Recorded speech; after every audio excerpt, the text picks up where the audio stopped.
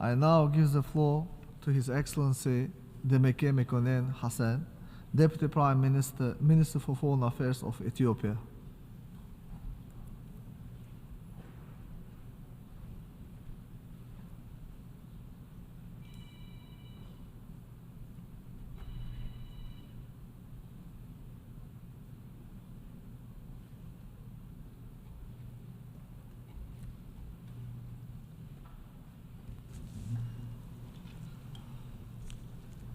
Kabur President. Mr. President, Excellencies, Heads of State and Government, Excellency Secretary General of the United Nations, distinguished delegates, ladies and gentlemen. It is my honor to address this August Assembly representing Ethiopia. I would like to extend my heartfelt congratulations to Your Excellency on your election as the President of the 78th session of the General Assembly.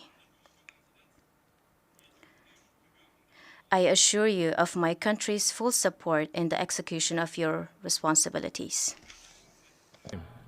When the world is faced with a multitude of challenges, in such times, we must ask ourselves, do we have the necessary political will to choose the global partnership over geopolitical competition? Are we prepared to work together towards a promising age of shared prosperity? Are we also committed to working together to serve our planet and to meet the aspiration of over 8 billion people? The uncomfortable truth is that we are increasingly witnessing policy choices that escalate tensions, threatening the peace and stability of the world. Poverty and hunger are rising. The progress towards achieving the Sustainable Development Goals of track, pushing the objective of eliminating extreme poverty by 2030 even further behind. The global inflation and the rise in cost of living are undermining development gains, further worsening the challenges of the most vulnerable communities. Investment in human capital and skills development remain critical for developing countries. Climate change continues to cause devastating impacts across the globe. Africa and other climate vulnerable regions are enduring disproportionate adverse effects. The target of mobilizing $100 billion by 2030 to support mitigation and adaptation efforts of developing countries has not been achieved. The upcoming COP28 climate change conference to be held in the United Arab Emirates should thus be seized as an opportune moment to take bold actions. The threat of nuclear weapons is another source of grave concern for humanity. The international community needs to prioritize dialogue to de-escalate tensions and prevent the threat of nuclear weapons. We should also ensure that new technologies such as artificial intelligence are used responsibly in a manner that benefits humanity. The global community can address these challenges through meaningful cooperation. The letter and spirit of the United Nations Charter demands that we come together to tackle this challenge with the highest sense of urgency and partnership. Ethiopia calls on all member states to recommit the Charter of the United Nations. Maintaining the status quo will not advance our shared interest of ensuring peace and prosperity. We should collectively work for an inclusive multilateral system to renew our global solidarity.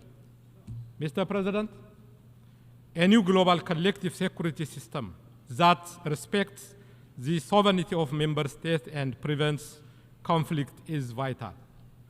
As a long-time champion and active participant in the UN mandated peacekeeping operations across the globe, Ethiopia underscores that reforming the UN Security Council is not a choice, but absolute necessity. We need a reformed and representative Security Council that is fit for purpose.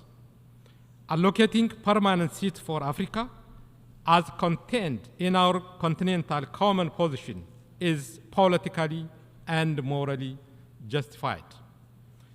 Ethiopia commends the effort of the UN Secretary General for the financing of the African Union peace support operations from assessed contributions. National ownership of security responsibilities is imperative. For peacekeeping operations to achieve their objectives, robust capacity building support should be provided to national law enforcement structures. Unilateral sanctions and coercive economic measures violate the UN principles and international law. Ethiopia opposes such measures imposed on developing countries and calls for their unconditional removal. We wish to underline that diplomatic dialogue among sovereign nations should be the primary tool to resolve differences. Ethiopia and other developing countries have also been advocating for the reform of the United Nations system as a whole.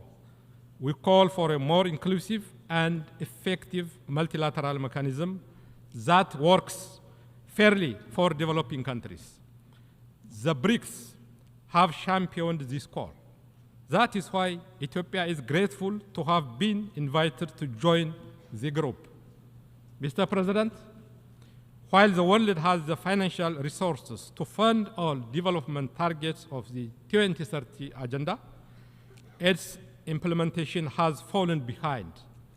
Therefore, what we need is firm political commitment and renewed global partnership.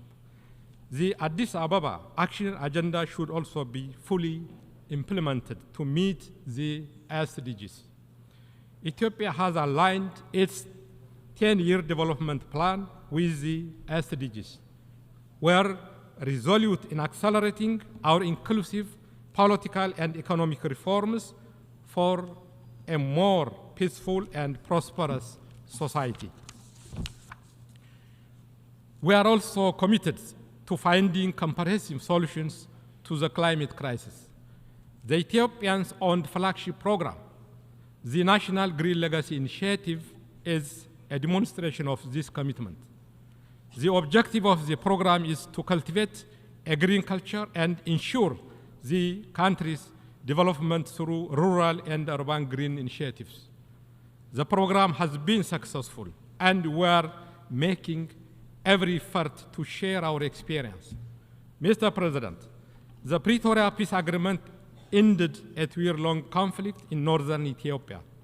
This agreement is a practical embodiment of African solutions to African problems. The implementation of the agreement continues to make significant progress, despite some delays in the execution of the disarmament, demobilization, and reintegration process. There is a need to expedite this process and ensure its successful completion. The continued implementation of the agreement is a clear manifestation of the government's commitment to resolving political differences through dialogue and constitutional means. We are also actively undertaking rehabilitation and reconstruction programs in areas affected by conflict. I would like to reaffirm that government is committed to consolidate peace and stability throughout the country. We continue to pursue dialogue for sustainable and peaceful solutions. To ensure accountability, reconciliation, truth-telling, and healing, Ethiopia is finalizing its transitional justice policy. Nationwide consultations on policy options for transitional justice have been effectively conducted in all regions across the country.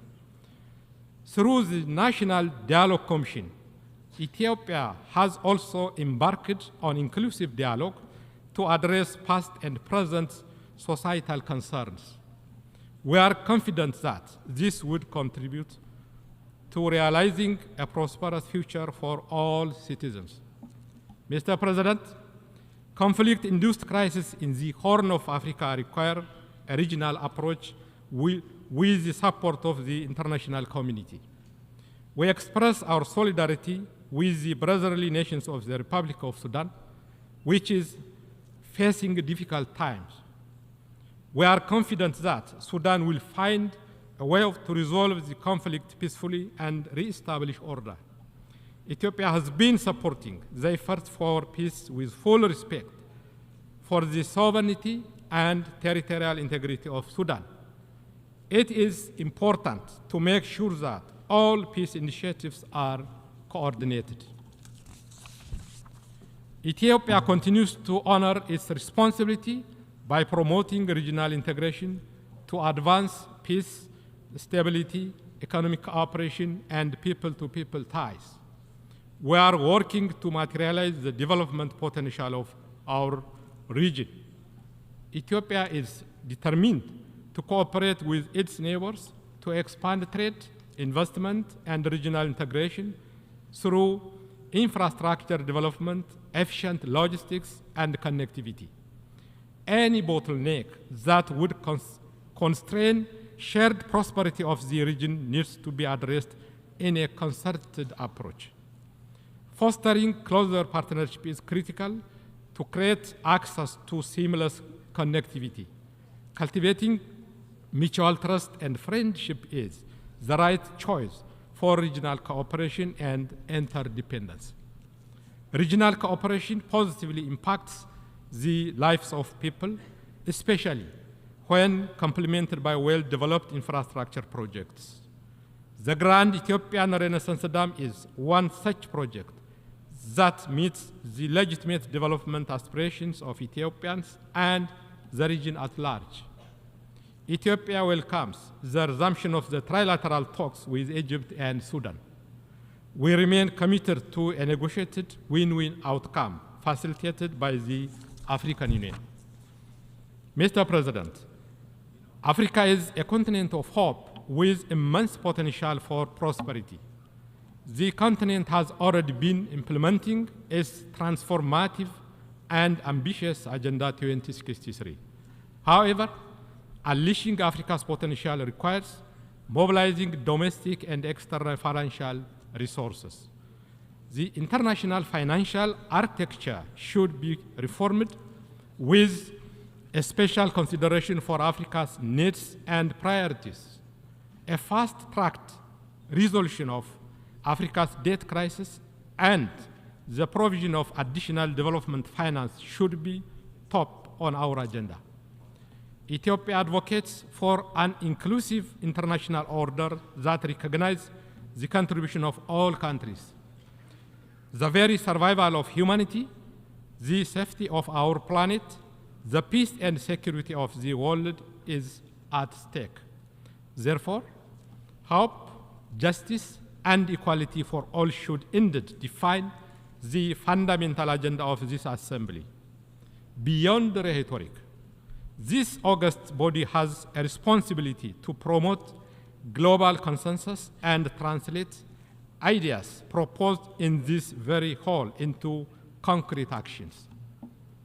As I conclude, I would like to emphasize we are at a critical juncture where humanity must come together with a unity of purpose for peace and prosperity.